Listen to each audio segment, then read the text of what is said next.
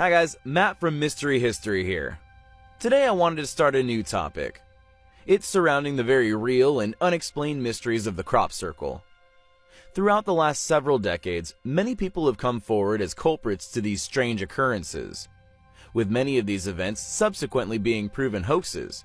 However, there exists a rare few that do not occur near human settlements, not accessible by road. These crop circles are often witnessed by chance in some of the most remote regions of Earth, whose characteristics have evaded scientific explanations since their arrival on our planet. These particularly special formations will often show traces of things which defy logic.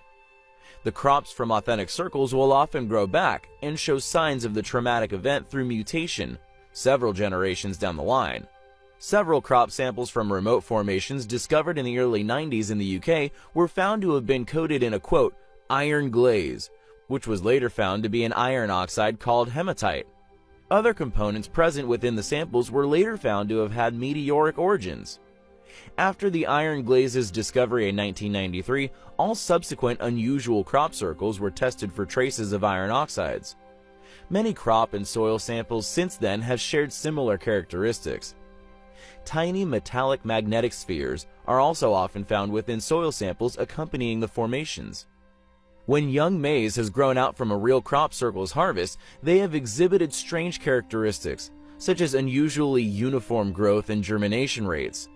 The seed from crop circles that occur on mature plants often exhibit a significant increase in growth rate and vigor, up to 5 times that of control seeds.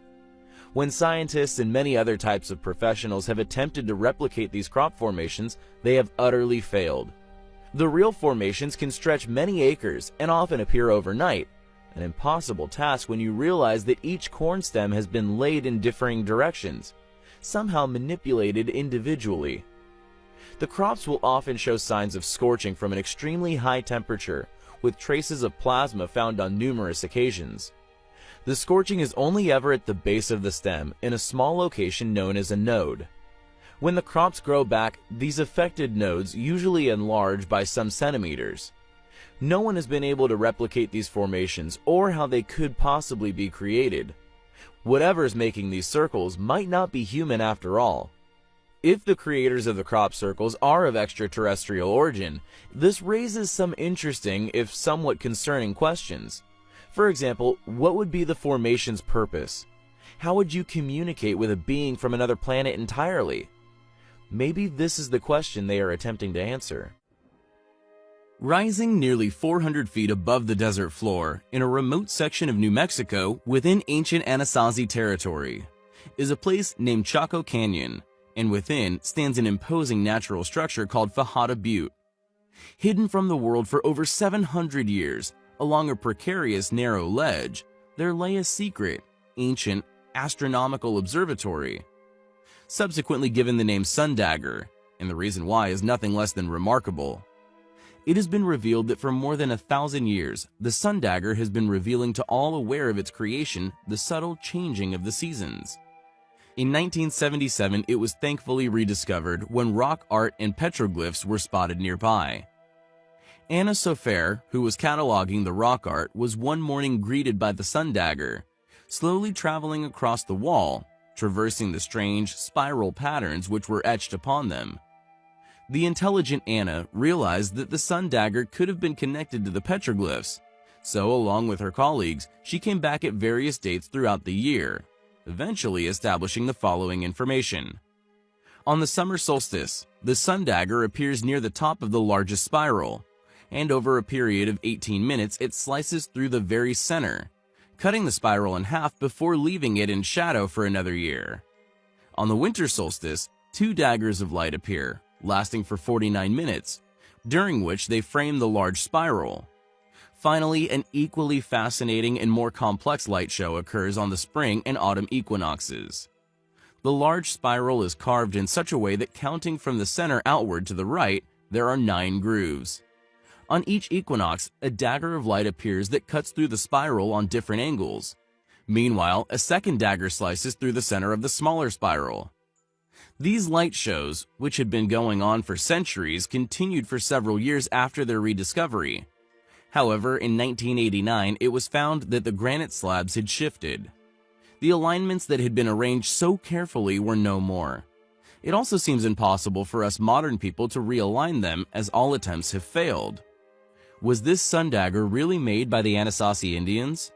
Or was it a far older surviving relic, one that they were merely aware of? A relic which has unfortunately eroded away? Similar ancient light displays marking the solstices and equinoxes can be found at other locations as well, such as in the southwestern United States and Mexico. In a ruin in Hovenweep National Monument, near the borders of Utah and Colorado, light beams also illuminate spiral petroglyphs on the summer solstice. At Burro Flats in Southern California, a winter solstice sun points a finger of light to the center of 5 concentric rings in an early Chumash rock art display. Were these monuments once used by a lost, ancient advanced group of marauders as calendar sites while traveling America? Perhaps one day we will know for sure. The phenomena we are about to cover may at first sound absurd, and indeed it would appear to be impossible. However, due to the vast array of witness testimonies which span the earth, it would be ignorant to not approach the subject with an air of curiosity. The phenomena became known as entombed animal, and throughout the years it has been referenced in the writings of William Newburgh, J.G. Wood, Ambrose Paré, Robert Plot, André-Marie Constant Dumeril, John Wesley, even Charles Dickens mentioned it in his journal all the year round. According to Fortean Times, a British monthly magazine devoted to the anomalous phenomena, about 210 entombed animal cases have been described in Europe, North America, Africa, Australia, and New Zealand since the 15th century. Animals are reportedly found alive after being encased in solid rock, coal, or wood for an indeterminate amount of time. The accounts usually involve frogs or toads, thus the phenomenon is sometimes called toad in the hole. Although it has been dismissed by mainstream science, it remains a topic of interest to the Fortean researchers among others. On rare occasions, multiple animals are said to have been found encased in the same place. Benjamin Franklin wrote an account of 4 live toads claimed to have been found enclosed in quarried limestone. One Eric G. Mackley claimed to have freed 23 frogs from a single piece of concrete while widening a road in Devonshire, the UK. And an 1876 report from South Africa said that 63 small toads were found in the middle of a 16-foot wide tree trunk. Though reports of entombed animals have occurred as recently as the 1980s, during the 1820s, English geologist William Buckland conducted an experiment to see how long a toad could remain alive while encased in stone. He placed toads of different sizes and ages into carved chambers within limestone and sandstone blocks, then buried the blocks in his garden. Buckland concluded that toads could not survive inside rock for extreme lengths of time and determined that reporters of the entombed animal phenomenon were mistaken. In an article in an 1890 Scientific American, a writer declared, quote, "Many well-authenticated stories of the finding of live toads and frogs in solid rock are on record." While a few years later the editor of the magazine Nature argued, quote, "It matters little to tell the reporters of such occurrences that the thing is absolutely impossible, and that our believing it would involve a conclusion that the whole science of geology, not to mention biology, is a mass of nonsense." End quote. Assuming that out of the hundreds of reports from around the world, some were actually true, then just how did these animals become entombed in stone? And how did they survive? The last official report was in the 1980s, so we may have to wait a while for another occurrence. Thanks for watching, guys, and until next time, take care. On a number of occasions, we have covered the unexplainable remnants left by a civilization which once undoubtedly flourished here upon this planet. A true mysterious history. The most notable, and presumably the evidence which will remain upon our Earth for the longest, being the unimaginably enormous megalithic structures which rest in many areas of Earth. These structures built using stones so large, we cannot explain how they were moved. The quarry, known as Yang Shan, is such an impressive example of this lost knowledge and/or technique for moving these stones. We felt it deserved an in-depth discussion. What is special about Yang Shan is the fact that it was seemingly abandoned, quite possibly due to cataclysm. In the midst of actually cutting some of the largest stone megaliths ever found on Earth, revealing in all its glory just how these stones were indeed detached from the Earth's bedrock, a question which had also remained unanswered for many years. Yangshan also reveals invaluable clues to how they could have been moved. The star of the show, an enormous stele weighing 16,250 metric tons, disputed to have been cut during the reign of the Yongle Emperor, the third ruler of the Ming dynasty in China, reigning from 1402 to 1424. However, although academia is seemingly willing to approach such subjects with an air of arrogance, often due to its in-depth, accurate understanding of said era, it inevitably becomes unstuck once one begins to explore their knowledge or indeed explanation of how these enormous stones were intended to be moved. Academia's illogical explanation of the site is as follows. In 1405, the Yongle Emperor ordered the cutting of a giant statue in this quarry, for use in the Ming Xiaoling Mausoleum in dedication of his deceased father. 3 separate pieces were being cut: the rectangular base, the body, and the head. After most of the stone cutting work had been done, the architects conveniently realized that moving stones from the quarry to Ming Xiaoling and installing them there would not be physically possible. The body weighed 8,799 tons, and the steel's apparent head weighed 6,118 tons.